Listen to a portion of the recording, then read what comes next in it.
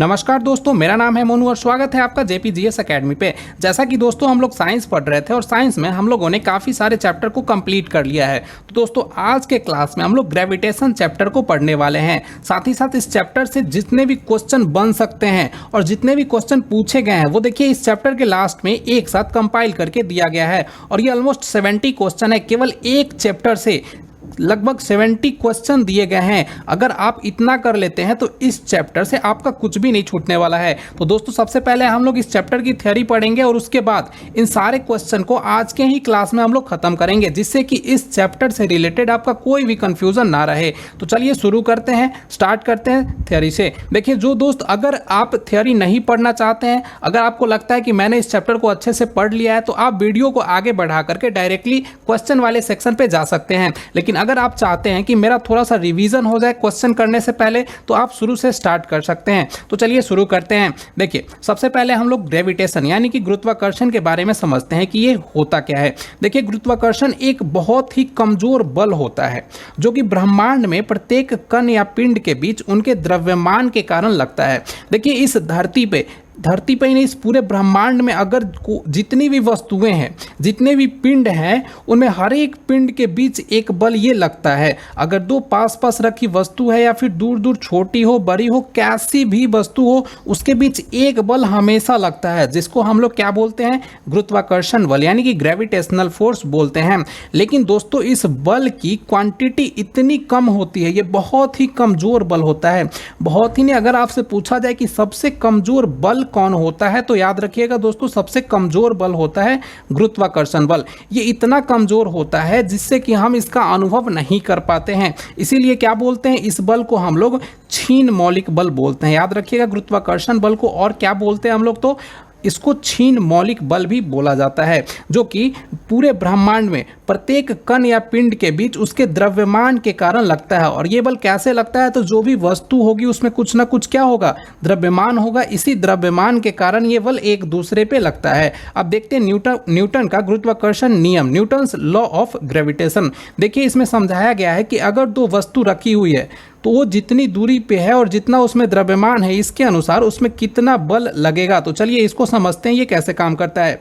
देखिए अगर दो अलग अलग द्रव्यमान की वस्तु का द्रव्यमान m1 और m2 हो, मान लेते हैं ये एक वस्तु है और ये एक वस्तु है ना, तो इसका द्रव्यमान अगर m1 मान लेते हैं, इसका द्रव्यमान क्या m2 मान लेते हैं, साथ ही साथ इसके बीच की दूरी को हम लोग r मान लेते हैं, तो क्या होगा, इसके बीच लगने वाला जो बल होगा वो क्या होगा, तो इस द्रव्यमान के यानी कि m1 और m2 के गुणनफल के समानुपाती होगा।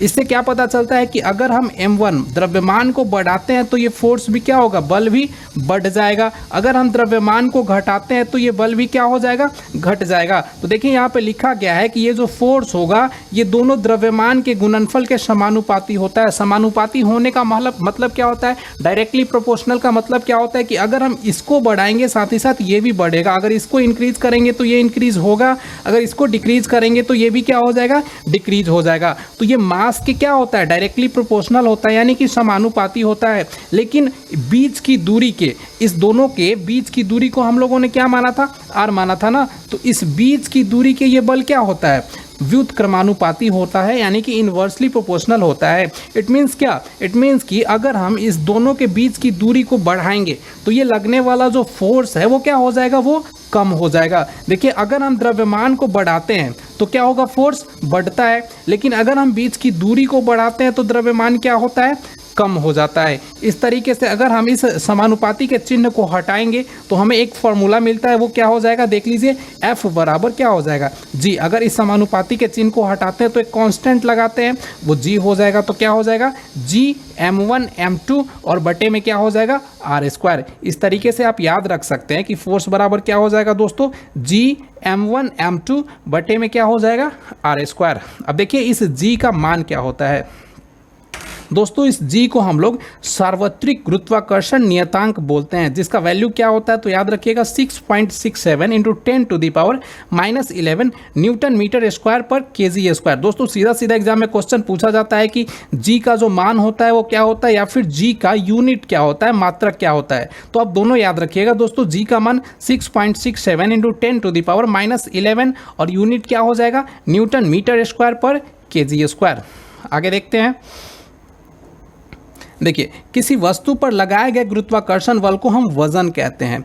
किसी वस्तु पे जो गुरुत्वाकर्षण बल लगता है उसी को हम लोग क्या बोलते हैं, वजन कहते हैं। देखिए, जी की खोज यानी कि ग्रेविटेशनल कांस्टेंट की खोज किसने की थी दोस्तों, हेनरी कैवेंडिश ने की थी, और इसका मान भी इन्होंने ही सर्वप्रथम ज्ञात किया था। इस तरीके से देखेंगे तो क्या हो जाएगा, देखिए इसकी वीमा निकल करके क्या आ जाएगी, m-1 L3T-2। दोस्तों याद रखिएगा जी का मान क्या होता है, तो 6.67 इंटू 10⁻⁻11 न्यूटन मीटर स्क्वायर पर क्या हो जाएगा, kg स्क्वायर। और इसकी वीमा क्या हो जाएगी दोस्तों, m-1 L3 और T-2। इस तरीके से आगे देखते हैं। न्यूटन के गुरुत्वाकर्षण नियम पूरे ब्रह्मांड में मान्य होता है। दोस्तों ये जो नियम हम लोग पढ़े कि किसी दो वस्तु में द्रव्यमान के कारण उन दोनों के बीच एक बल लगता है जिसे हम लोग क्या बोलते हैं, गुरुत्वाकर्षण बल बोलते हैं। तो ये जो न्यूटन का गुरुत्वाकर्षण नियम है ये पूरे ब्रह्मांड में मान्य है, यानी कि पूरे ब्रह्मांड में, धरती पे ही नहीं, अगर हम किसी दूसरे प्लेनेट पे भी चले जाते हैं तो वहाँ भी ये रूल क्या होगा, फॉलो होगा। अब आगे देखिए, एक क्या दिया गया है, क्वेश्चन दिया गया है न्यूमेरिकल का, उसको सॉल्व करते हैं हम लोग। देखिए लिखा हुआ है कि दो अलग अलग द्रव्यमान की वस्तु के द्रव्यमान को अगर दोगुना कर दिया जाए और उनके बीच की दूरी को क्या कर दिया जाए, आधा कर दिया जाए, तो उनके बीच लगने वाला बल कितना गुना बढ़ जाएगा। देखिए दोस्तों क्या कहा गया है, सबसे पहले हम देखते हैं जी बराबर होता क्या है।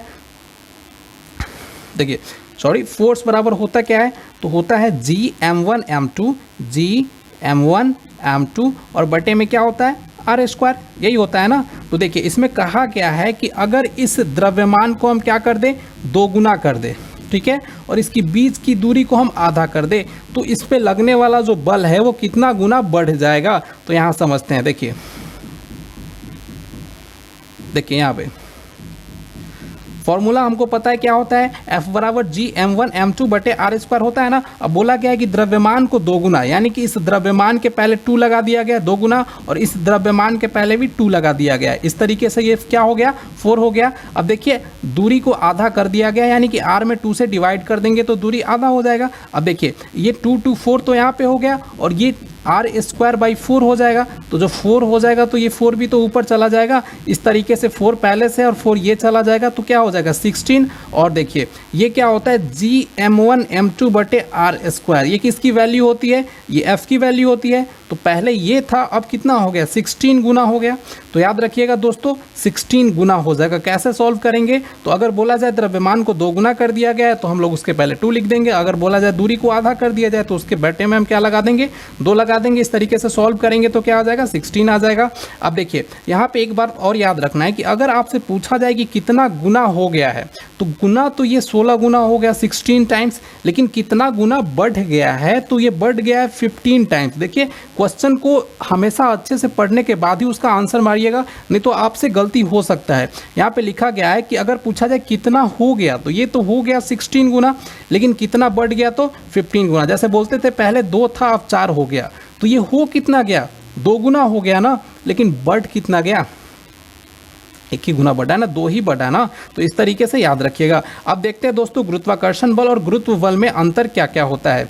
देखिए किसी भी वस्तु के बीच, किसी भी 2 वस्तु के बीच लगने वाले बल को हम क्या बोलते हैं, गुरुत्वाकर्षण बल बोलते हैं। लेकिन इस 2 वस्तु में अगर एक वस्तु पृथ्वी रहे तब वह गुरुत्व बल कहलाता है। समझिए कैसे दोस्तों, गुरुत्वाकर्षण बल, कोई भी 2 वस्तु है, अगर कोई भी 2 वस्तु है, वो जितनी छोटी वस्तु है उतनी भी बड़ी, मतलब छोटी से छोटी और बड़ी से बड़ी वस्तु भी हो, उसके बीच क्या होगा, गुरुत्वाकर्षण बल लगेगा। इस तरीके से अगर ब्रह्मांड के कंपेयर में हम देखें तो पृथ्वी भी क्या है, एक वस्तु है ना, एक प्लैनेट है। अगर ये दूसरे प्लैनेट पे फोर्स लगाती है तो क्या होता है, पृथ्वी के द्वारा लगाया गया बल तो गुरुत्व बल हो जाएगा। जैसे देखिए ये कोई वस्तु है, ये भी कोई वस्तु है, तो अगर ये वस्तु इस पे बल लगाए, ये इस पे बल लगाए, तो ये गुरुत्वाकर्षण बल। लेकिन अगर एक को हम पृथ्वी मान लेते हैं, ये किसी वस्तु पे बल लगाए, तो ये क्या हो जाएगा, गुरुत्व बल हो जाएगा। अब देखिए सार्वत्रिक गुरुत्वाकर्षण नियतांक यानी कि जी, स्मॉल जी और कैपिटल जी में क्या डिफरेंस है। तो देखिए इसका मान पूरे ब्रह्मांड में नहीं बदलता है। हम लोगों ने पढ़ा था कि गुरुत्वाकर्षण का जो ग्रेविटेशनल कांस्टेंट का जो रूल होता है वो पूरे ब्रह्मांड में लागू होता है, तो ये पूरे ब्रह्मांड में कहीं नहीं बदलता है। लेकिन स्मॉल जी का मान जो है वो अलग अलग जगह पे बदल जाता है। देखिए इसकी वैल्यू क्या होती है, तो जी बराबर क्या होता है 6.67 इंटू 10⁻⁻11 न्यूटन मीटर स्क्वायर पर केजी स्क्वायर। यहाँ पे देख लीजिए पृथ्वी के सतह पे इसका वैल्यू क्या होता है स्मॉल जी का, तो 9.8 मीटर पर सेकेंड स्क्वायर होता है। साथ ही याद रखिएगा दोस्तों ये एक अदिश राशि है, लेकिन ये एक सदिश राशि है। देखिए अदिश राशि कैसे है, तो ये किसी भी दो वस्तु के बीच लग जाएगा, लेकिन ये हमेशा धरती और किसी वस्तु के बीच लगेगा, तो इस तरीके से इसकी डायरेक्शन जो है वो फिक्स हो जाती है, और जिसकी दिशा फिक्स हो जाती है उसे हम क्या बोलते हैं दोस्तों, सदिश राशि बोलते हैं। अब देखिए आगे, गुरुत्वाकर्षण बल सबसे कमजोर बल है। अगर आपसे पूछा जाए कि दुनिया में सबसे कमजोर प्रकार का बल कौन सा है, तो याद रखिएगा दोस्तों गुरुत्वाकर्षण बल है। ये दो द्रव्यमान, देखिए दो द्रव्यमान युक्त वस्तु के बीच गुरुत्वाकर्षण बल का लगना अनिवार्य है। किसी भी दो वस्तु जिसमें कुछ ना कुछ द्रव्यमान है तो उसके बीच गुरुत्वाकर्षण बल हमेशा लगेगा, और गुरुत्वाकर्षण बल केवल और केवल आकर्षण का बल है। दोस्तों याद रखिए गुरुत्वाकर्षण बल के बारे में कौन सी बातें, तो सबसे पहले देखिए गुरुत्वाकर्षण बल सबसे कमजोर बल होता है। दो द्रव्यमान युक्त वस्तु के बीच गुरुत्वाकर्षण बल का लगना हमेशा अनिवार्य है, और गुरुत्वाकर्षण बल जो है वो केवल और केवल आकर्षण का बल है। अब आगे देखते हैं, देखिए कैपिटल जी और स्मॉल जी में क्या रिलेशन होता है। अगर पृथ्वी का द्रव्यमान या किसी ग्रह का द्रव्यमान m हो तथा त्रिज्या क्या हो r हो, तो गुरुत्वीय त्वरण का मान क्या हो जाता है दोस्तों, यहाँ से एक फार्मूला निकल कर के आता है, वो हो जाता है स्मॉल जी बराबर कैपिटल जी m बटे में क्या r स्क्वायर। तो इसको भी आप याद रखिएगा, आगे इस पे रिलेटेड हम क्वेश्चन भी करेंगे। देखिए गुरुत्वीय त्वरण का मान फेंके जाने वाले वस्तु के द्रव्यमान पर निर्भर नहीं करता है। अब देखिए किसी भी वस्तु को हम जमीन से ऊपर फेंकते हैं, ठीक है ना, तो जमीन से जब ऊपर फेंकेंगे तो धरती के द्वारा, पृथ्वी के द्वारा इस वस्तु पे कुछ ना कुछ बल लगेगा, जिसे हम क्या बोलेंगे, गुरुत्व बल बोलेंगे ना। तो देखिए गुरुत्व बल जो है जिस वस्तु को हम ऊपर फेंक रहे हैं उसके द्रव्यमान पे डिपेंड नहीं करता है, उसके द्रव्यमान से ये फ्री होता है, इस बात को याद रखिएगा। अब आगे देखते हैं, आगे है अगर दो अलग अलग द्रव्यमान की वस्तु को गिराया जाता है तो दोनों एक साथ गिरेंगी। कब एक साथ गिरेंगी दोस्तों, निर्वात में, निर्वात में वो एक साथ गिरेंगी। देखिए यहाँ पे फिर से इस बात को लिखा गया है कि निर्वात में अलग अलग द्रव्यमान की दो वस्तु को गिराने पर दोनों एक साथ नीचे गिरेंगी, लेकिन हवा में अलग अलग द्रव्यमान की वस्तु को गिराने पर भारी वाला पहले गिर जाएगा। देखिए ऐसा क्यों होता है, तो ऐसा इसलिए होता है क्योंकि अगर निर्वात में हम दो वस्तुओं को गिराते हैं तो धरती दोनों पे, अर्थ जो है वो दोनों पे सेम क्वांटिटी की फोर्स लगाती है, सेम बल से अपनी ओर खींचती है। और हम लोगों ने अभी पढ़ा कि जो गुरुत्व बल लगता है वो गिरने वाली या फेंकने वाली वस्तु के द्रव्यमान पर निर्भर नहीं करता है, इसलिए दोनों को समान बल से जब खींचेगी तो दोनों क्या होगा, एक ही साथ नीचे गिरेगा ना। लेकिन अगर हवा में ऐसा करते हैं तो जो हल्की वस्तु होती है, हवा में करते हैं तो देखिए चारों तरफ क्या है, हवा है, तो हवा के द्वारा इस पर कुछ ना कुछ बल लगाया जाता है वो घर्षण के कारण। तो जो वस्तु हल्की होगी वो देर से गिरेगी, जो भारी होगी वो पहले गिर जाएगी। तो याद रखिएगा दोस्तों निर्वात में अलग अलग द्रव्यमान की वस्तु को गिराने पर दोनों एक साथ गिरती है, लेकिन हवा में अलग अलग द्रव्यमान की वस्तु को गिराने पर भारी वाला क्या होगा, पहले गिर जाएगा। अब आगे देखते हैं, आगे है अगर कोई ट्रेन एक समान वेग से गतिशील है। देखिए अगर कोई ट्रेन एक समान वेग से गतिशील है और उसमें बैठा व्यक्ति किसी सिक्के को उछालता है तो वह सिक्का उसके हाथों में गिरेगा। अगर ट्रेन त्वरण के साथ आगे बढ़ेगी तो सिक्का भी अगर ट्रेन जो है त्वरण के साथ आगे बढ़ेगी तो सिक्का व्यक्ति के पीछे गिर जाएगा। ये देखिए ये क्या है, देखिए ये बोलता है कि एक ट्रेन है जिसमें बैठा कोई व्यक्ति है, वो क्या करता है, एक सिक्का को ऊपर उछालता है, तो वो सिक्का दोबारा से इसी आदमी के हाथों में ही गिरेगी। ऐसा कब होगा, जब ट्रेन एक समान वेग से गतिशील हो, यानी कि ट्रेन का स्पीड न बढ़ रहा हो न घट रहा हो, वो जिस स्पीड से चल रही है उसी स्पीड से चल रही हो, तभी ऐसा होगा। और ऐसा इसलिए होगा क्योंकि दोस्तों इस ट्रेन में बैठा व्यक्ति भी उसी वेग से गतिशील है और उसके हाथ में जो सिक्का है वो भी उसी वेग से गतिशील है। लेकिन अगर ट्रेन जो है वो किसी न किसी त्वरण के साथ आगे बढ़ती है तो सिक्का क्या होगा, व्यक्ति के पीछे गिर जाएगा। अब देखिए नीचे से ऊपर फेंकने पर उच्चतम बिंदु पर वेग क्या हो जाता है, शून्य हो जाता है। अगर किसी वस्तु को हम नीचे से ऊपर फेंकते हैं तो क्या होता है, उच्चतम बिंदु पे इसका वेग क्या हो जाता है, शून्य हो जाता है, जहां से ये नीचे गिरने लगता है।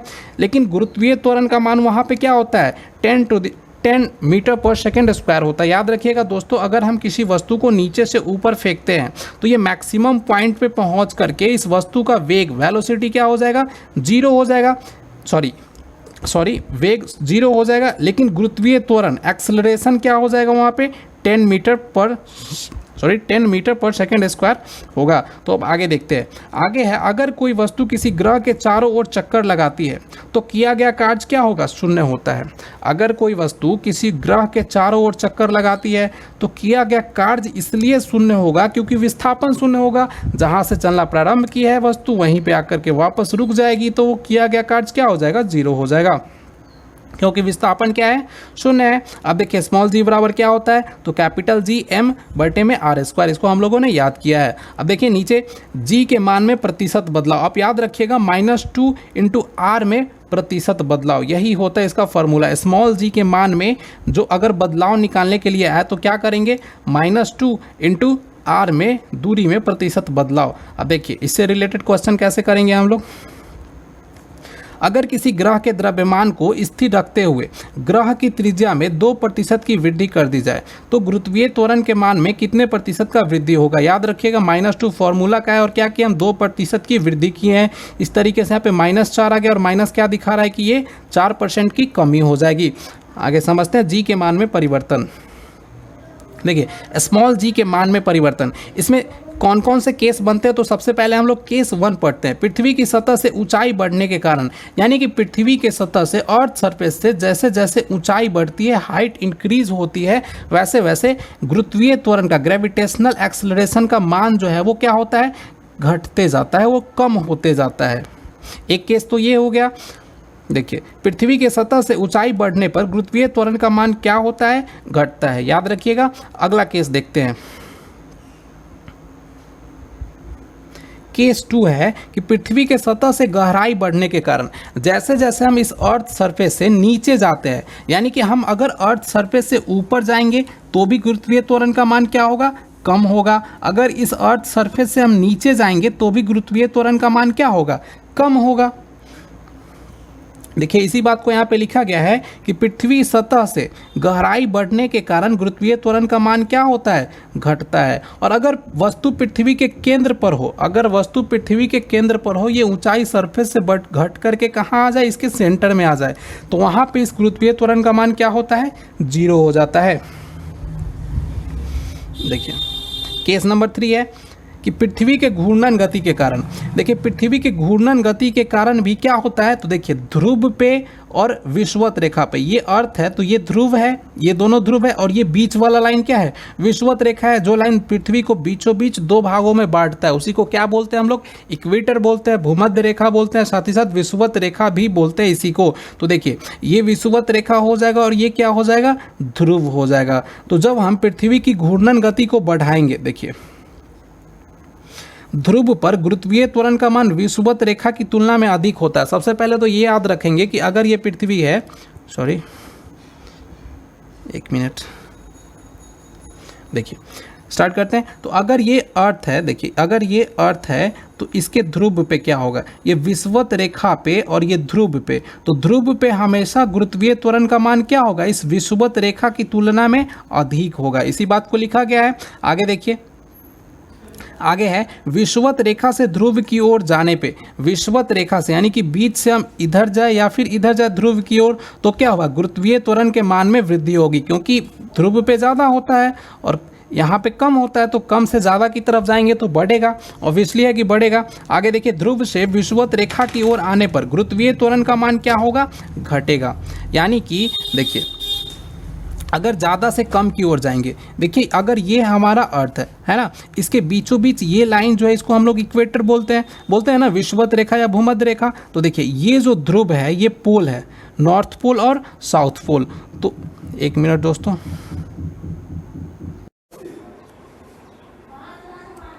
तो चलिए दोस्तों अब हम लोग घूर्णन गति का पृथ्वी के गुरुत्वाकर्षण बल पर प्रभाव के बारे में पढ़ना शुरू करते हैं। देखिए ध्रुव पे गुरुत्वीय त्वरण का मान विषुवत रेखा की तुलना में अधिक होता है। ध्रुव पे क्या होता है दोस्तों? अगर ये धरती है तो इसका ऊपर वाला ये पार्ट क्या होगा? इसको हम लोग अच्छे से समझते हैं। आप देखिए ध्रुव पे क्या होता है? आप ये वाला पार्ट अगर धरती है तो इसका बीच वाला पार्ट ये क्या होता है? विषुवत रेखा होता है ना। यहाँ से हम लोग ऊपर देखेंगे तो ये क्या हो जाएगा? एक पोल हो जाएगा, एक ये पोल हो जाएगा, ये नॉर्थ पोल हो जाएगा, ये साउथ पोल हो जाएगा। देखिए इस वाले एरिया पे विषुवत रेखा पे गुरुत्वाकर्षण बल का मान क्या होता है? इस वाले पोल से हमेशा कम होता है और मैक्सिमम सबसे ज़्यादा कहाँ होता है? तो पोल पे होता है। तो यही लिखा गया है, देखिए कि ध्रुव पे गुरुत्वीय त्वरण का मान क्या होता है? विषुवत रेखा की तुलना में अधिक होता है। विषुवत रेखा से ध्रुव की ओर जाने पे गुरुत्वीय त्वरण का मान क्या होगा? बढ़ेगा, यानी कि कम से ज़्यादा की ओर जाएंगे तो बढ़ेगा।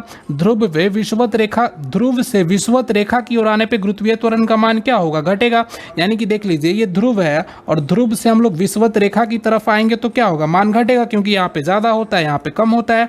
अब देखिए पृथ्वी की घूर्णन गति बढ़ा देने से, पृथ्वी की घूर्णन गति बढ़ा देने से या घटा देने से ध्रुव पे गुरुत्वीय त्वरण का मान नहीं बदलता है। यानी कि घूर्णन गति को बढ़ा देने से या घटा देने से ध्रुव पे कोई भी चेंजिंग नहीं होता है। गुरुत्वाकर्षण बल के मान में ध्रुव पे कोई भी परिवर्तन नहीं होता है। लेकिन पृथ्वी की घूर्णन गति बढ़ाने से विषुवत रेखा पे गुरुत्वीय त्वरण का मान घटता है। देखिए अगर हम घूर्णन गति को क्या करते हैं? बढ़ाते या घटाते हैं तो पृथ्वी के ध्रुव पे तो गुरुत्वाकर्षण बल के मान में कोई परिवर्तन नहीं होगा। लेकिन विषुवत रेखा पे अगर आप घूर्णन गति को बढ़ाते हैं तो विषुवत रेखा पे गुरुत्वीय त्वरण का मान क्या होता है? घट जाता है। और इस घूर्णन गति को बढ़ा करके अगर हम लोग 17 गुना से अधिक कर देते हैं तो ये गुरुत्वाकर्षण बल का मान क्या हो जाता है दोस्तों? शून्य हो जाता है। इसको याद रखिएगा, एग्जाम में सीधा क्वेश्चन यहां से पूछा जाता है। अब देखिए पृथ्वी की घूर्णन गति कम करने पे गुरुत्वीय त्वरण का मान विषुवत रेखा पे बढ़ जाता है। अगर पृथ्वी की घूर्णन गति को कम करते हैं तो क्या होता है? गुरुत्वीय त्वरण का मान विषुवत रेखा पे क्या होता है? बढ़ जाता है। आगे देखिए पृथ्वी की घूर्णन गति को रोक देने पर ध्रुव और विषुवत रेखा पे गुरुत्वीय त्वरण का मान समान हो जाएगा। अगर इस हम पृथ्वी के घूर्णन गति को क्या करते हैं? रोक देते हैं, यानी कि पृथ्वी को स्थिर कर देते हैं, स्टेबल कर देते हैं। तो ऐसा करने से क्या होता है? ध्रुव पे, पृथ्वी के ध्रुव पे जो गुरुत्वाकर्षण बल का मान है दोनों ध्रुव पे या फिर साथ ही साथ विषुवत रेखा पे जो मान है ये दोनों क्या होता है? हमेशा बराबर हो जाएगा। ऐसा कब होगा? अगर हम पृथ्वी के घूर्णन गति को रोक देते हैं। तो चलिए आगे देखते हैं। आगे देखिए इसको ट्रिक से समझने की कोई ज़रूरत नहीं है, आप एक बार दिमाग में रखिए। अगर ये हमारा पृथ्वी है, ये है ना, तो इसके ध्रुव पे गुरुत्वाकर्षण बल का मान क्या होगा? ज़्यादा होगा। और ये विषुवत रेखा पे गुरुत्वाकर्षण बल का मान क्या होगा? कम होगा। अगर हम ध्रुव से विषुवत रेखा की तरफ आएंगे तो गुरुत्वाकर्षण बल का मान क्या होगा? ज़्यादा से कम होगा, यानी कि ज़्यादा से कम की तरफ आ रहे हैं।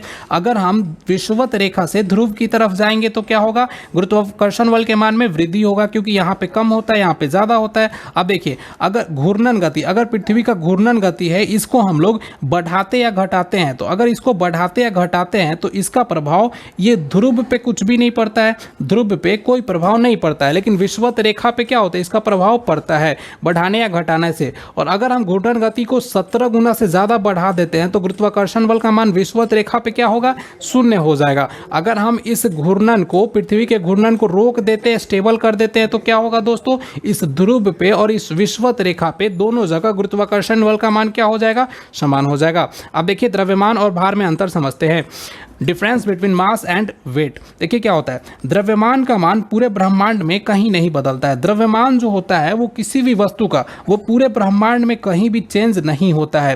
लेकिन अगर भार की बात करें तो भार बराबर क्या होता है? W बराबर mg होता है, मास इंटू ग्रेविटेशनल कांस्टेंट, यानी कि गुरुत्वीय त्वरण। तो भार का मान जो है वो अलग अलग जगह पे अलग अलग होता है, क्योंकि g का मान अलग अलग जगह पे अलग अलग होता है। और हम लोगों ने देखा कि कैसे कैसे बदलता है। अब देखिए द्रव्यमान का SI मात्रक क्या होता है? kg होता है, लेकिन भार का SI मात्रक क्या होता है? kg मीटर पर सेकेंड स्क्वायर। और इसी को हम लोग क्या बोलते हैं दोस्तों? न्यूटन बोलते हैं। तो याद रखिएगा भार का और बल का दोनों का SI मात्रक क्या होता है?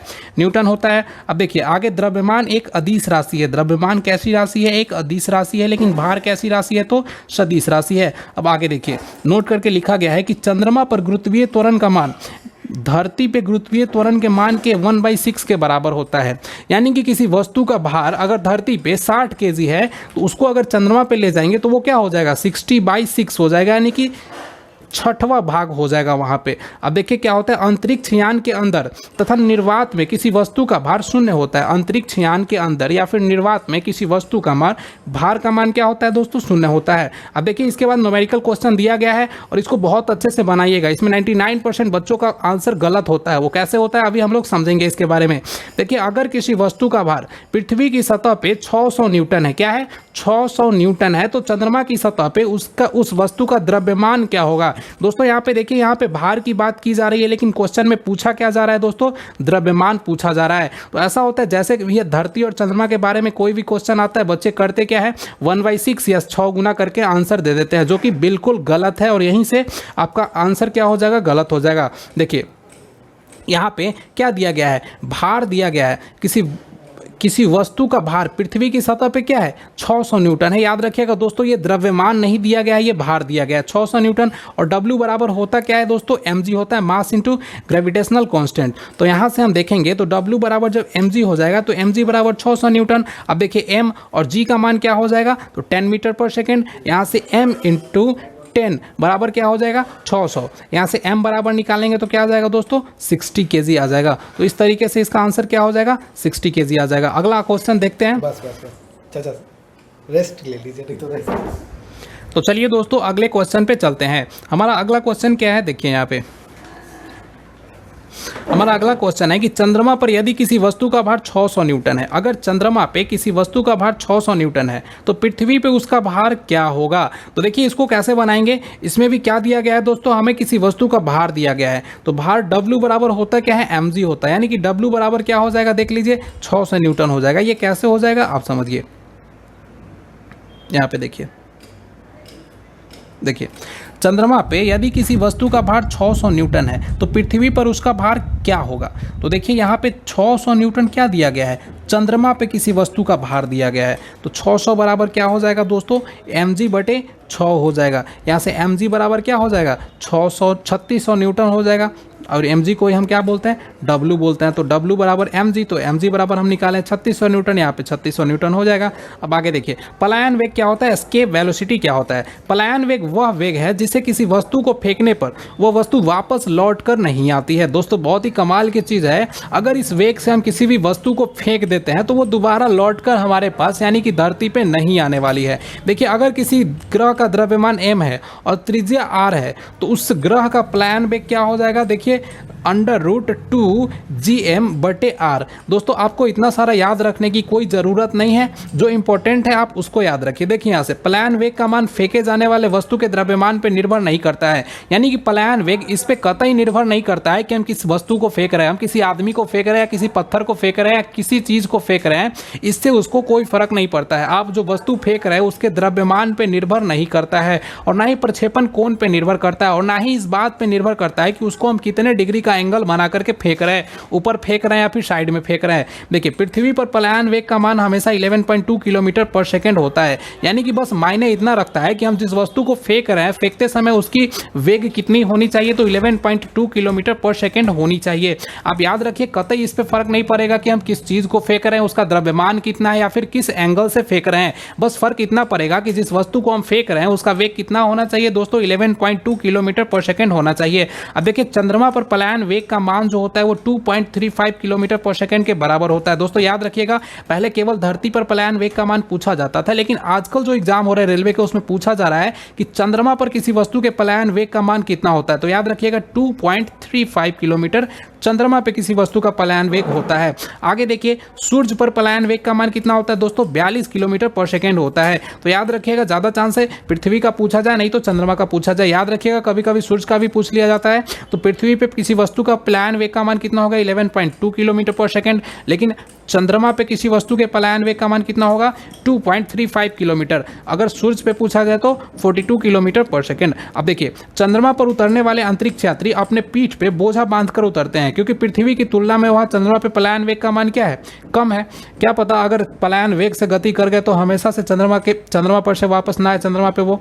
इस तरीके से देखिए आगे चंद्रमा पर से देखने पर अंतरिक्ष कैसा दिखाई देता है दोस्तों, काला दिखाई देता है। याद रखिएगा चंद्रमा पर उतरने वाले अंतरिक्ष यात्री अपने पीठ पे बोझा बांधकर उतरते हैं, क्योंकि पृथ्वी की तुलना में चंद्रमा पे पलायन वेग का मान कम है, साथ ही साथ गुरुत्वाकर्षण बल का भी मान, गुरुत्व बल का भी मान क्या है, गुरुत्व बल तो होगा नहीं, क्योंकि गुरुत्व बल तभी होगा जब एक वस्तु क्या हो, पृथ्वी हो। अगर चंद्रमा की बात करें तो वहां भी क्या होगा, गुरुत्वाकर्षण बल ही होगा, उसका भी मान कम होता है। चंद्रमा पर से देखने पर अंतरिक्ष कैसा दिखाई देता है दोस्तों, काला दिखाई देता है। आगे देखते हैं कक्षीय वेग यानी कि ऑर्बिटल वेलोसिटी के बारे में। देखिए कोई भी ग्रह सूर्य के चारों ओर किसी कक्षा में जिस वेग से चक्कर लगाता है उसे कक्षीय वेग कहते हैं। याद रखिएगा, कोई भी ग्रह सूर्य के चारों ओर किसी कक्षा में जिस वेग से चक्कर लगाता है उसे कक्षीय वेग कहते हैं। दोस्तों, कक्षीय वेग का फॉर्मूला याद करने की कोई ज़रूरत नहीं है दोस्तों, इतना याद आप रख भी नहीं पाइएगा और इससे रिलेटेड क्वेश्चन भी नहीं पूछा जाता है। अब देखिए, पलायन वेग और कक्षीय वेग का अनुपात, आपको ये सब उतना याद रखने की ज़रूरत नहीं है। आप सीधा सीधा याद रखिएगा पलायन वेग और कक्षीय वेग का अनुपात क्या होता है। तो पलायन वेग और कक्षीय वेग का अनुपात होता है √2 × 1। √2 के रेशियो में ये दोनों डिवाइड होता है, यानी कि पलायन वेग अगर √2 होगा तो कक्षीय वेग क्या होगा, 1 हो जाएगा। आगे देखते हैं दोस्तों ध्रुवीय उपग्रह यानी कि पोलर सैटेलाइट के बारे में। देखिए, पोलर सैटेलाइट होता क्या है। वैसे उपग्रह जो पृथ्वी की नज़दीक, देखिए वैसे उपग्रह जो पृथ्वी के नज़दीक की कक्षा में चक्कर लगाते हैं उसे ध्रुवीय उपग्रह यानी कि पोलर सैटेलाइट कहते हैं। ध्रुवीय उपग्रह का कक्षीय वेग 8 किलोमीटर/सेकंड तथा आवर्तकाल जो है वो 84 मिनट या 5040 सेकेंड होता है। दोस्तों याद रखिए, ध्रुवीय उपग्रह के बारे में क्या, तो वैसे उपग्रह जो पृथ्वी की नज़दीक की कक्षा में चक्कर लगाते हैं उसे क्या बोलते हैं, हम लोग ध्रुवीय उपग्रह बोलते हैं। ध्रुवीय उपग्रह का कक्षीय वेग 8 किलोमीटर/सेकंड होता है तथा आवर्तकाल जो होता है वो 84 मिनट या फिर 5040 सेकेंड होता है। इसका उपयोग मौसम संबंधी जानकारी के लिए करते हैं। देखिए दोस्तों, पोलर सैटेलाइट जो हम लोग लॉन्च करते हैं उसका उपयोग हम लोग किस लिए करते हैं, तो ये करते हैं हम लोग दोस्तों मौसम संबंधी जानकारी के लिए। आगे देखते हैं भू स्थिर उपग्रह यानी कि जियो स्टेशनरी सैटेलाइट के बारे में। देखिए, जियो स्टेशनरी सैटेलाइट क्या होता है। भू स्थिर उपग्रह वैसा उपग्रह है जो पृथ्वी तल से लगभग 36,000 किलोमीटर ऊपर विषुवतीय तल में चक्कर लगाता है पश्चिम से पूरब की ओर। याद रखिएगा दोस्तों, जियो स्टेशनरी सैटेलाइट के बारे में क्या, तो इसके बारे में याद रखिएगा कि भू स्थिर उपग्रह एक ऐसा उपग्रह है जो पृथ्वी तल से लगभग 36,000 किलोमीटर ऊपर विषुवतीय तल में चक्कर लगाता है तथा अगर पूछा जाए कि ये किस डायरेक्शन से किस डायरेक्शन में चक्कर लगाता है तो ये पश्चिम से पूरब की ओर चक्कर लगाता है। इसका कक्षीय वेग पूछा जाए तो 3.1 किलोमीटर/सेकंड तथा आवर्तकाल जो है वो 24 घंटा होता है। याद रखिएगा, इसका कक्षीय वेग 3.1 किलोमीटर/सेकंड तथा आवर्तकाल जो है वो 24 घंटा होता है। आगे देखिए, भू स्थिर उपग्रह का उपयोग दूर संचार में किया जाता है। तो आगे इससे रिलेटेड क्वेश्चन है उसको हम लोग करते हैं। देखिए दोस्तों, क्वेश्चन को हम लोग स्पेशल न्यूमेरिकल क्लास में सॉल्व करेंगे। आगे हम लोग थ्योरी के बारे में देखते हैं। आगे पढ़ना है हम लोगों को किसके बारे में, देखिए आगे पढ़ना है ग्रहों के नियम के बारे में, लॉ ऑफ प्लैनेटरी। तो देखिए, ग्रहों के नियम के बारे में किसने बताया था दोस्तों, ग्रहों के नियम के बारे में केपलर ने बताया था। अगर आपसे पूछा जाए कि ग्रहों के गति नियम किसने दिया तो याद रखिएगा केपलर ने दिया था। ग्रहों के लिए केपलर ने 3 नियम दिए। ये 3 नियम कौन कौन से हैं याद रखिएगा, कक्षा का नियम, क्षेत्र का नियम और परिक्रमण काल का नियम। कौन कौन दोस्तों याद रखिएगा, कक्षा का नियम, क्षेत्र का नियम और साथ ही साथ परिक्रमण काल का नियम। अब देखिए कक्षा का नियम क्या होता है इसके बारे में समझते हैं।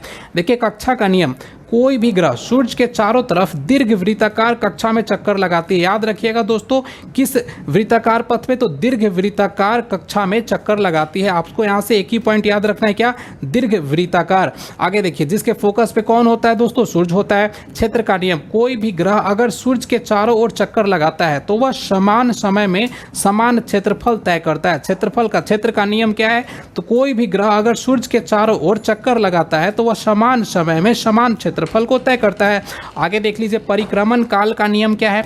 इस नियम के अनुसार परिक्रमण काल यानी कि टी का वर्ग सूर्य से माध्य दूरी के घन का क्या होता है दोस्तों, समानुपाती होता है।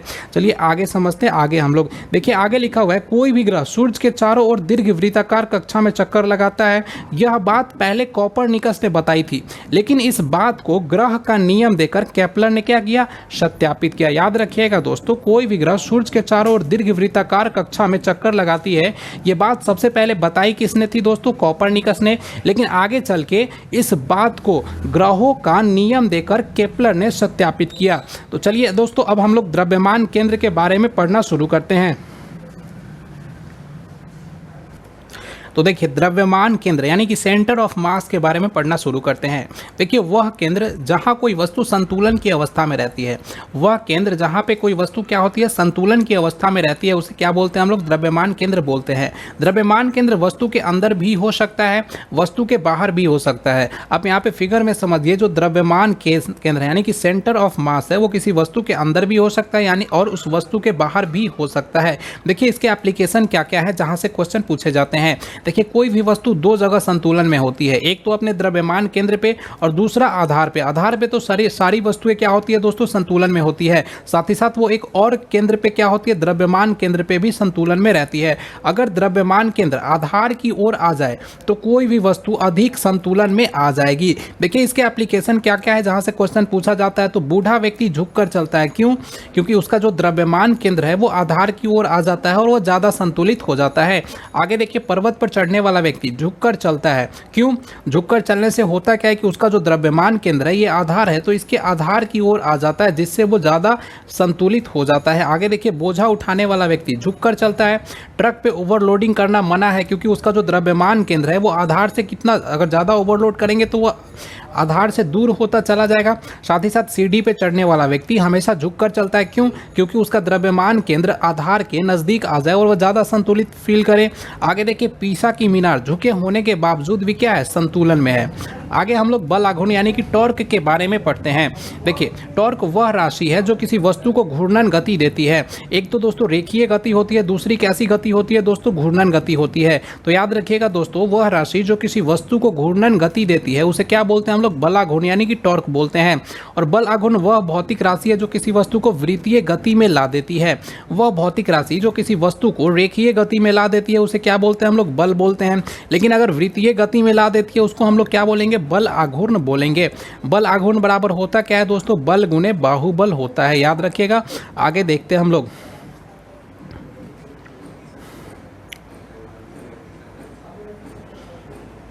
आगे देखिए दोस्तों, टॉर्क का SI मात्रक क्या होता है, न्यूटन मीटर होता है। न्यूटन को हम लोग क्या लिख सकते हैं, केजी मीटर पर सेकेंड स्क्वायर, यानी कि और मीटर को मीटर।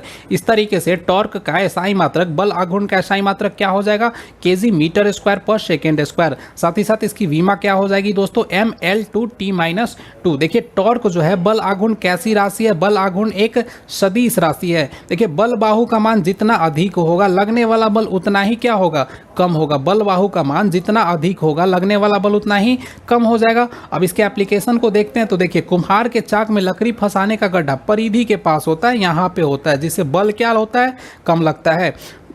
आगे देखिए जाते का हत्था जो होता है वो भी परिधि के पास होता है। इसी तरीके का चापाकल का हैंडल लंबा बनाया जाता है। साथ ही साथ खिड़की दरवाजे का हैंडल कब्जे से दूर लगाया जाता है। इस सिद्धांत के आधार पर सरल तथा जटिल मशीनों का निर्माण किया जाता है, जैसे उत्तोलक, घिरनी, आनत तल, स्क्रू, जैक इत्यादि। अब देखिए ऊर्जा और बल आघूर्ण की विमा समान होती है। देखिए याद रखिएगा दोस्तों, ऊर्जा और बल आघूर्ण की विमा समान होती है। विमा समान होती है इसका मतलब इसका यूनिट भी क्या होगा दोस्तों, सेम होगा। अब देखिए लिफ्ट की गति। दोस्तों लिफ्ट में टोटल 6 प्रकार के केस बनते हैं। अगर आप यहाँ ध्यान रखिएगा थोड़ा देर क्लास में, तो आपको लिफ्ट से रिलेटेड कोई भी क्वेश्चन नहीं छूटने वाला है दोस्तों। एक एक करके हम लोग पढ़ेंगे लिफ्ट के बारे में। टोटल 6 बातों को ध्यान में रखना है। तो देखिए लिफ्ट में 6 बातों को ध्यान में रखना है, जिसमें से क्या क्या है हम लोग दोस्तों अपनी भाषा में समझते हैं। देखिए केस 1 में क्या होता है, एक तो समझिए केस 1 में होगा जब लिफ्ट समान वेग से ऊपर जा रही हो। देखिए एक तो होगा कि लिफ्ट जो है वो समान वेग से, यानी कि एक समान वेग से ऊपर जा रही हो। दूसरा केस ये हो सकता है कि जो लिफ्ट है वो एक समान वेग से नीचे आ रही हो, ठीक है।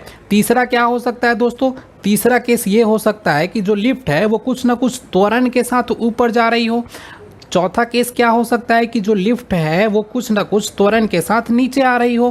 पांचवा केस क्या हो सकता है दोस्तों कि अगर लिफ्ट की रस्सी टूट जाए तो इस केस में क्या होगा, इसका जो त्वरण होगा वो गुरुत्वीय त्वरण के बराबर हो जाएगा। और छठा केस क्या होगा कि अगर लिफ्ट जो जिस त्वरण से नीचे आ रही है वो गुरुत्वीय त्वरण से ज़्यादा हो जाए। तो लिफ्ट से रिलेटेड दोस्तों 6 तरह के कंडीशन बनते हैं। एक एक करके हम लोग इस 6 कंडीशन के बारे में पढ़ना शुरू करते हैं। देखिए कंडीशन 1 में क्या होता है। देखिए कंडीशन 1 में कहा गया है कि जब लिफ्ट एक समान वेग से ऊपर जा रही हो तो क्या होगा, जब लिफ्ट एक समान वेग से ऊपर जा रही हो तो इस स्थिति में भार अपरिवर्तित होगा। अगर आप कभी लिफ्ट में ऊपर गए होंगे तो आप इस बात को फील कर सकते हैं कि जब लिफ्ट एक समान वेग से ऊपर जा रही होती है तो हमें अपने भार में कोई कमी या फिर वृद्धि महसूस नहीं होती है। तो यही बात को कहा गया है। तो यहाँ पे ए क्या हो जाएगा, 0 हो जाएगा। इसलिए W बराबर क्या होगा, mg+0, यानी कि W बराबर mg, और ये W बराबर mg होता है, यानी कि भार में कोई परिवर्तन नहीं होगा। आगे देखिए केस 2, यानी कि कंडीशन 2 क्या बनता है, जब एक लिफ्ट समान वेग से नीचे आ रही हो। जब एक समान वेग से नीचे आ रही रही हो तो इस केस में भी ए क्या हो जाएगा दोस्तों, 0 हो जाएगा, यानी कि त्वरण 0 होगा। और जब त्वरण 0 होगा तो यहाँ पे जी में से कुछ नहीं घटेगा, तो W बराबर mg, जो कि ऐसे भी होता है, यानी कि यहाँ भी भार में कोई परिवर्तन नहीं होगा। तो याद रखिएगा केस 1 में अगर लिफ्ट एक समान वेग से ऊपर जा रही हो या फिर लिफ्ट एक समान वेग से नीचे आ रही हो, अगर एक समान वेग है तो वस्तु के यानी कि व्यक्ति के भार में कोई परिवर्तन नहीं होने वाला है। आगे देखते हैं कंडीशन नंबर 3 के बारे में। देखिए कंडीशन 3 में क्या होता है कि अगर लिफ्ट जो है वो कुछ त्वरण से ऊपर जाएगा, अगर लिफ्ट कुछ त्वरण से ऊपर जाएगा तो इस केस में क्या होगा दोस्तों, देखिए W बराबर mg, जी में क्या जुट जाएगा, एक त्वरण जुड़ जाएगा, तो यहाँ से W बराबर mg और प्लस ma। इस स्थिति में क्या होगा दोस्तों, लिफ्ट में सवार व्यक्ति का भार क्या है, बढ़ जाएगा। अगर आप कभी लिफ्ट में हो और लिफ्ट अचानक से ऊपर चला जाए तो आपको अपना भार बढ़ा हुआ प्रतीत होता है।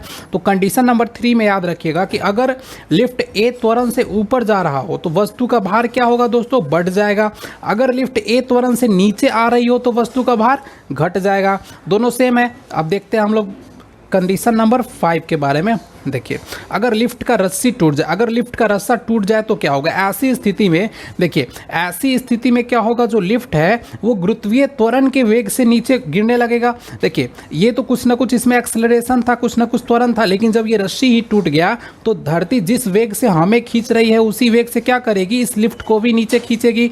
और ऐसा होगा तो क्या होगा, गुरुत्वीय त्वरण का मान इस त्वरण के बराबर हो जाएगा। तो यहाँ पे देखिए G माइनस जी 0 हो जाएगा, यानी कि भार शून्य हो जाएगा, यानी कि हमें अपना भार उस लिफ्ट में महसूस नहीं होगा। केस 5 में याद रखिएगा कि अगर लिफ्ट का रस्सा टूट जाता है तो क्या होगा, अगर लिफ्ट का रस्सा टूट जाएगा तो लिफ्ट में हम अपनी भार को महसूस नहीं कर पाएंगे। इस अवस्था में भार का मान क्या हो जाएगा दोस्तों, 0 हो जाएगा। और लास्ट केस यानी कि कंडीशन नंबर 6 क्या बनता है कि अगर लिफ्ट जिस त्वरण से नीचे आ रही हो वो त्वरण गुरुत्वीय त्वरण से भी ज़्यादा हो जाए, तो ऐसी स्थिति में क्या होगा, हमारी भार बहुत ज़्यादा, मतलब नगण्य तो केस नंबर 5 में हो गया था। तो ऐसी स्थिति में क्या होगा, जो व्यक्ति होगा वो लिफ्ट की छत से जा टकराएगा, क्योंकि व्यक्ति गुरुत्वीय त्वरण से नीचे गिरेगा। इसमें जो व्यक्ति है वो गुरुत्वीय त्वरण से नीचे आएगा, लेकिन लिफ्ट जो है इस त्वरण से ज़्यादा तेजी से नीचे आ जाएगा, यानी कि ये व्यक्ति ऊपर छत से जाके टकरा जाएगा। तो देखिए लिफ्ट के बारे में दोस्तों 6 केस आप याद रखिएगा। तो इस तरीके से हमारा ये चैप्टर का थ्योरी समाप्त होता है। अब हम लोग इस चैप्टर से रिलेटेड क्वेश्चन करना शुरू करते हैं। तो देखिए हमारे सामने पहला क्वेश्चन है, किसी वस्तु पर लगने वाले गुरुत्वाकर्षण बल को क्या कहा जाता है। दोस्तों किसी वस्तु पर लगने वाले गुरुत्वाकर्षण बल को हम भार बोलते हैं। अगला क्वेश्चन है, विकल्पों में उल्लिखित तथ्य में से कौन सा गुरुत्वाकर्षण के सार्वभौमिक नियम द्वारा समझाया नहीं गया है। दोस्तों इसका सही उत्तर हो जाएगा ग्रहों के चारों ओर सूर्य की गति, इसको समझाया नहीं गया है। आगे तीसरा क्वेश्चन देखते हैं हम लोग, 1 मिनट देखते हैं तीसरा क्वेश्चन। देखिए तीसरा क्वेश्चन है, निम्न में से डैश एक कमजोर बल है। तो याद रखिएगा दोस्तों, अगर सबसे कमजोर बल के बारे में पूछा जाए तो क्या हो जाएगा, गुरुत्वाकर्षण बल जो है वो ब्रह्मांड में सबसे कमजोर बल है।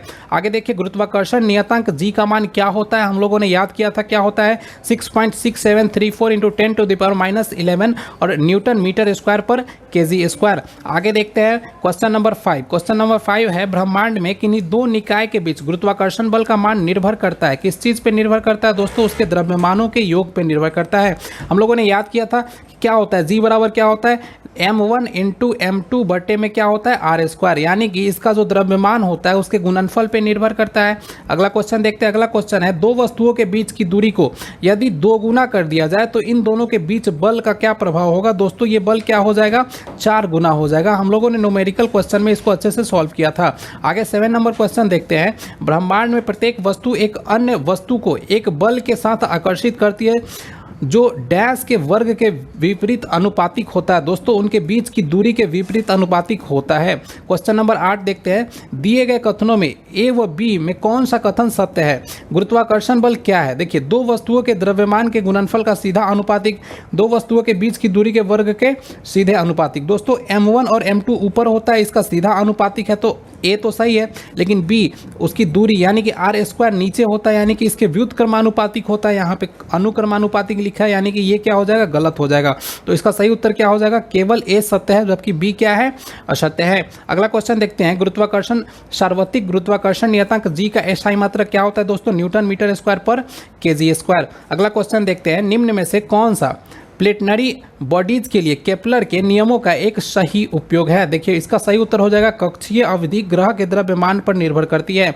कक्षीय अवधि यानी कि ऑर्बिटल अवधि जो होती है वो ग्रह के द्रव्यमान पर निर्भर होती है। अगला क्वेश्चन देखते हैं। हमारा अगला क्वेश्चन है 11 नंबर कि ब्रह्मांड की प्रत्येक वस्तु एक बल के साथ, देखिए ब्रह्मांड की प्रत्येक वस्तु एक बल के साथ प्रत्येक वस्तु को आकर्षित करती है। जो क्या होता है दोस्तों, देखिए इसका ऑप्शन देखते हैं पूरा। वो होता है उसके द्रव्यमान के गुणनफल के समानुपाती होता है तथा उसकी बीच की दूरी के वर्ग के क्या होता है दोस्तों, व्युत्क्रमानुपाती होता है। अगला देखते हैं क्वेश्चन नंबर 12। क्वेश्चन नंबर 12 क्या कहता है कि दो वस्तुओं में से एक का द्रव्यमान दोगुना हो जाने पे दोनों वस्तुओं के बीच लगने वाला गुरुत्वाकर्षण बल में क्या परिवर्तन होगा दोस्तों, ये गुरुत्वाकर्षण बल का दोगुना हो जाएगा। हम लोगों ने न्यूमेरिकल में अच्छे से किया है इसको। अगला क्वेश्चन देखते हैं। अगला क्वेश्चन है 13 नंबर, ब्रह्मांड की प्रत्येक वस्तु दूसरी वस्तु को एक बल द्वारा आकर्षित करती है जो कि क्या होता है दोस्तों, उन दोनों वस्तुओं के द्रव्यमान के समानुपाती होता है, गुणनफल के समानुपाती होता है। अगला देखते हैं 14 नंबर, यदि दो वस्तुओं के द्रव्यमान को 3 गुना कर दिया जाए तो दोनों वस्तुओं के बीच बल कैसा हो जाएगा दोस्तों, 9 गुना हो जाएगा। यानी कि m 2 बार होता है तो 2 बार 3 3 हो जाएगा, यानी कि 9 हो जाएगा। अगला क्वेश्चन देखते हैं। पृथ्वी वस्तुओं को अपनी ओर आकर्षित करती है, इसका कारण क्या है दोस्तों, इसका कारण है गुरुत्वाकर्षण बल। पृथ्वी किसी वस्तु को अपनी ओर आकर्षित करती है, इसका कारण क्या है, गुरुत्वाकर्षण बल। अगला क्वेश्चन देखते हैं। किसी पिंड का भार न्यूनतम कहाँ पे होता है, किसी पिंड का भार न्यूनतम कहाँ पे होता है दोस्तों, भूमध्य रेखा पे न्यूनतम होता है। और मैक्सिमम सर्वाधिक कहाँ पे होता है, तो ध्रुव पे होता है। अगला क्वेश्चन देखते हैं। अगला क्वेश्चन है, गुरुत्वाकर्षण बल वस्तुओं के बीच मौजूद होता है परंतु इसे तब तक महसूस नहीं किया जा सकता जब तक कि वस्तुओं का द्रव्यमान बहुत अधिक हो, जैसे कि ग्रहों में नहीं होता है। तो देखिए बी नंबर क्या हो जाएगा, प्रत्येक ग्रहों में ना हो। आगे देखिए अगला क्वेश्चन है, निम्नलिखित में से गलत कथन को चुने। गुरुत्वीय त्वरण पिंड के रूप में आकृति एवं द्रव्यमान पर निर्भर नहीं करता है। देखिए सही है, गुरुत्वीय त्वरण ध्रुवों पे अधिकतम होता है, ये भी सही है। गुरुत्वीय त्वरण भूमध्य रेखा पे न्यूनतम होता है दोस्तों, ये भी सही है। अगला देखिए, यदि लिफ्ट किसी त्वरण से ऊपर जा रही हो तो किसी पिंड का आभासी भार उसके वास्तविक भार से कम होगा। नहीं दोस्तों, जब कभी भी लिफ्ट में ऊपर जाने की बात हो तो ऊपर जाने में भार हमेशा बढ़ेगा ना कि कम होगा, और जब कभी भी लिफ्ट को किसी त्वरण से नीचे लाएंगे तो नीचे आने में हमेशा भार में कमी होगी। इस तरीके से याद रखिएगा। अगला क्वेश्चन देखते हैं। अगला क्वेश्चन है, निम्न में से कौन सा कथन असत्य है। देखिए एक एक करके पढ़ते हैं। निम्न में से कौन सा कथन असत्य है, तो इसका सही उत्तर सी नंबर हो जाएगा, यानी कि बल दो वस्तुओं के मध्य दूरी के वर्ग के व्युत्क्रमानुपाती होता है। यही सही है दोस्तों। आगे देखिए, सॉरी, इसका सही उत्तर डी हो जाएगा। दो वस्तुओं के मध्य गुरुत्वाकर्षण बल उनके बीच की दूरी को आधा कर देने पे क्या हो जाता है दोस्तों, दुगना हो जाता है। अगला क्वेश्चन देखते हैं 20 नंबर। एक पत्थर किसी स्प्रिंग तुला पर बंधा हुआ है। एक पत्थर जो है वो किसी स्प्रिंग तुला पे बंधा हुआ है। निम्नलिखित स्थितियों में से कौन सी स्प्रिंग तुला के रीडिंग में सबसे कम भार दिखाएगी। तो ऐसा तब होगा जब क्या होगा, जब वह पत्थर किसी बीकर में लिए पानी से पूरी तरह डूबा हुआ हो। उस पानी में जैसे किसी भी वस्तु को अगर पानी के बीच में ले जाएंगे तो क्या होगा, उसके वस्तु के भार में कमी महसूस होने लगेगी। आगे देखिए अगला क्वेश्चन है 21 नंबर। जब सीधे ऊपर की ओर फेंका गया एक पत्थर शीर्ष पे पहुंचता है तो क्या होता है दोस्तों, इसका क्या हो जाता है। आप देखिए इसका वेग 0 हो जाता है लेकिन त्वरण 10 मीटर पर सेकेंड स्क्वायर होता है। आगे देखिए, कब कहा जाएगा कि कोई पिंड मुक्त अवस्था से गिर रही हो, जब क्या हो, इस पर केवल गुरुत्व बल कार्य करे, यानी कि कोई भी हवा का घर्षण इस पे ना हो। निर्वात में अगर किसी वस्तु को गिराएंगे तो कहा जाएगा कि यह वस्तु मुक्त रूप से नीचे गिर रही है। अगला क्वेश्चन देखते हैं। एक व्यक्ति लिफ्ट के अंदर वजन पैमाने पे खड़ा हुआ है और लिफ्ट ऊपर की तरफ तेजी से चलना शुरू करता है। तो जब कभी भी लिफ्ट ऊपर की तरफ तेजी से चलना शुरू करेगा तो व्यक्ति की भार क्या होगी, बढ़ जाएगी। आगे देखिए अगला क्वेश्चन है, एक वस्तु पर लगाए गए गुरुत्वाकर्षण बल को क्या कहा जाता है। तो इसको क्या कहा जाता है दोस्तों, वजन कहा जाता है। आगे देखिए अगला क्वेश्चन है 25 नंबर। आसमान की ओर फेंका गया पत्थर पृथ्वी की ओर वापस क्यों आता है। क्योंकि पृथ्वी इसे अपनी ओर खींचती है। एक बल होता है जो इसे भूमि की ओर क्या करता है, खींचता है, जिसे क्या बोलते हैं हम लोग, गुरुत्व बल बोलते हैं। आगे देखिए 26 नंबर। जब एक वस्तु ऊपर की ओर फेंके जाने पर अपने शीर्ष पे पहुंचती है तो क्या होता है, इसका क्या होता है दोस्तों, वेग 0 होता है और इसका त्वरण लगभग 10 मीटर पर सेकेंड स्क्वायर हो जाता है। ये क्वेश्चन कितनी बार रिपीट हो चुका है। आगे देखते हैं, गुरुत्व जनित त्वरण को कैसे दर्शाया जाता है दोस्तों, अंग्रेजी के छोटे अक्षर जी से। ठीक है, चंद्रमा पे आवाज़ क्यों नहीं सुनी जा सकती है? क्योंकि क्या होता है, चंद्रमा पे कोई वायुमंडल नहीं है और ध्वनि बिना माध्यम के यात्रा नहीं कर सकती है। आगे देखते हैं 29 नंबर क्या है। 29 नंबर है गुरुत्वाकर्षण के द्वारा किया गया कार्य किस पे निर्भर करता है? दोस्तों ये निर्भर करता है वस्तु की आरंभिक और अंतिम अवस्था को ऊर्ध्वाधर ऊंचाइयों के अंतर पर। अगला क्वेश्चन है गुरुत्वाकर्षण का सार्वभौमिक नियम डैश पर लागू होता है? दोस्तों वस्तुओं के किसी भी दो युग्म पे ये क्या होता है, लागू होता है। 31 नंबर क्वेश्चन है कि F बराबर GM मीटर प्रति d स्क्वायर सूत्र में G को क्या कहते हैं? दोस्तों सार्वत्रिक गुरुत्वाकर्षण नियतांक बोलते हैं। इसका सही उत्तर क्या हो जाएगा, D हो जाएगा। आगे देखिए अगला क्वेश्चन है निम्नलिखित में से कौन सा कथन गलत है? देखिए इसके ऑप्शन को हम लोग देखते हैं तो इसके ऑप्शन में हो जाएगा केवल सी, यानी कि वस्तु की आरंभिक और अंतिम अवस्थाओं की ऊर्ध्वाधर ऊंचाइयों को योग पे। क्वेश्चन क्या कहा गया था, फिर से पढ़ते हैं कि गुरुत्वाकर्षण द्वारा किया गया कार्य किस पे निर्भर करता है। सॉरी हम लोग कहाँ पढ़ रहे थे, ये पढ़ रहे थे ना 32 नंबर में। 32 नंबर में कहा गया कि निम्नलिखित में से कौन सा कथन गलत है। देखिए न्यूटन के गुरुत्वाकर्षण का नियम प्रयोगशाला में ही मान्य है। दोस्तों हम लोगों ने पढ़ा है कि न्यूटन के गुरुत्वाकर्षण का जो नियम है वो पूरे यूनिवर्स में, पूरे ब्रह्मांड में किसी भी दो वस्तु पे मान्य होता है। यहाँ पे लिखा गया केवल प्रयोगशाला में मान्य। इस तरीके से ये ऑप्शन क्या हो जाएगा, गलत हो जाएगा। अब देखते हैं हम लोग 30 नंबर क्वेश्चन यानी कि 30 नंबर क्वेश्चन।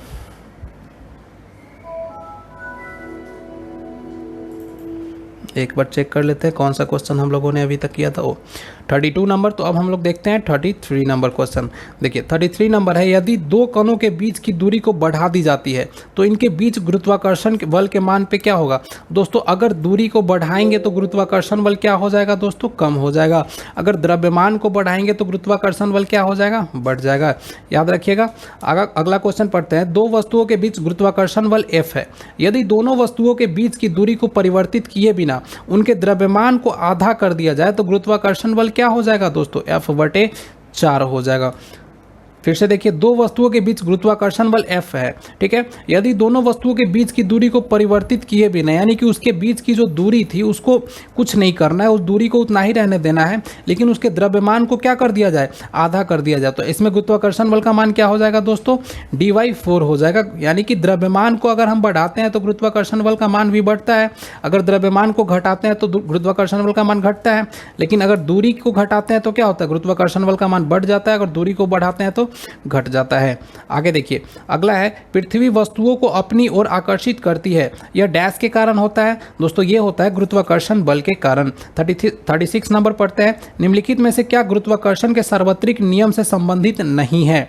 देखिए कौन सा सार्वत्रिक नियम से संबंधित नहीं है। देखिए चंद्रमा के चारों ओर पृथ्वी की गति ये गुरुत्वाकर्षण से संबंधित नहीं है, क्योंकि अगर दो वस्तु में एक वस्तु पृथ्वी आ जाए तो उस बल को हम लोग गुरुत्व बल बोलते हैं। अगर चंद्रमा और पृथ्वी के बारे में कंपेयर करें तो इसमें एक तो पृथ्वी है, इसलिए ये क्या हो जाएगा, गुरुत्व बल हो जाएगा, बाकी सब क्या है, गुरुत्वाकर्षण है।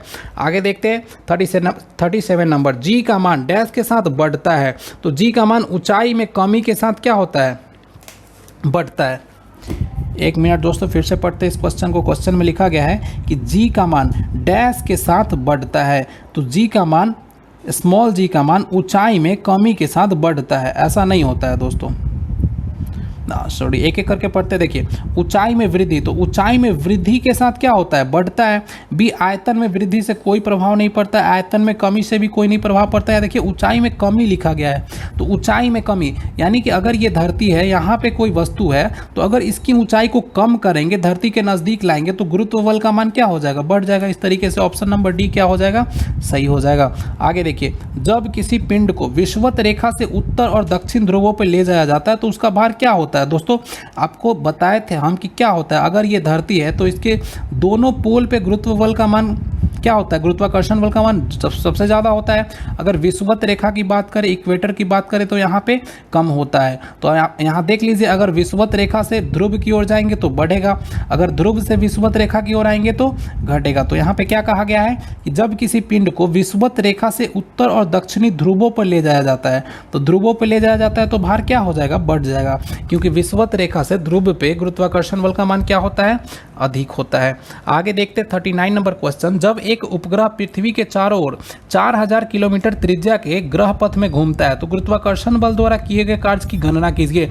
दोस्तों हम लोग थ्योरी में पढ़े थे कि जब ये घूमता है तो जिस स्थान से चलना शुरू करता है उसी स्थान पे वापस आ जाता है। इस प्रकार डिस्प्लेसमेंट क्या होता है, विस्थापन 0 हो जाता है, और जब कभी भी विस्थापन 0 हो जाए तो किए गए कार्य का मान क्या होगा, 0 हो जाएगा। आगे देखिए, पृथ्वी की सतह पे पलायन वेग का मान कितना होता है, ये होता है दोस्तों 11.2 किलोमीटर पर सेकेंड। आगे देखिए, अगला क्वेश्चन है, भू केंद्रीय और सूर्य केंद्रीय शब्द किससे संबंधित है। तो देखिए ये संबंधित है पृथ्वी और सूर्य के चारों ओर नक्षत्रीय वस्तुओं की गति को प्रतिबंधित करने वाले नियम से। आगे देखते हैं हम लोग, अगला क्वेश्चन है कि ग्रहों की गति के बारे में निम्नलिखित कथनों में से कौन सा सत्य है। तो देखिए, एक ग्रह की कक्षा 2 केंद्र बिंदु में से एक में सूर्य के साथ अंडाकार है, तो ये दोस्तों बिल्कुल सही है। आगे देखते हैं हम लोग 43 नंबर क्वेश्चन, एक भू स्थिर उपग्रह 35,790 किलोमीटर की ऊंचाई पे एक कक्षा के पूर्ण परिक्रमण में कितना समय लेगा। दोस्तों ये 24 दिन लेगा। अगला क्वेश्चन है, निम्न में से कौन सा कथन गलत है। तो देखिए, वस्तु का भार ध्रुवों पर न्यूनतम और विषुवत रेखा पे अधिकतम होता है, ये उल्टा लिखा गया है। क्या होता है, विषुवत रेखा पे न्यूनतम होता है और ध्रुवों पे क्या होता है दोस्तों, अधिकतम होता है, तो ये सही हो जाएगा। आगे देखिए 45 नंबर, किन्हीं दो स्थूल वस्तुओं के बीच लगने वाले आकर्षण बल को क्या कहा जाता है। तो ये कहा जाता है दोस्तों गुरुत्वाकर्षण बल कहा जाता है। अगला क्वेश्चन देखते हैं, कौन सा बल हमारे सौरमंडल की संरचना को बनाए रखता है। तो ये भी है दोस्तों गुरुत्वाकर्षण बल। अगला क्वेश्चन देखते हैं, निरंतर गुरुत्वाकर्षण का चिन्ह क्या है दोस्तों, ये है कैपिटल जी।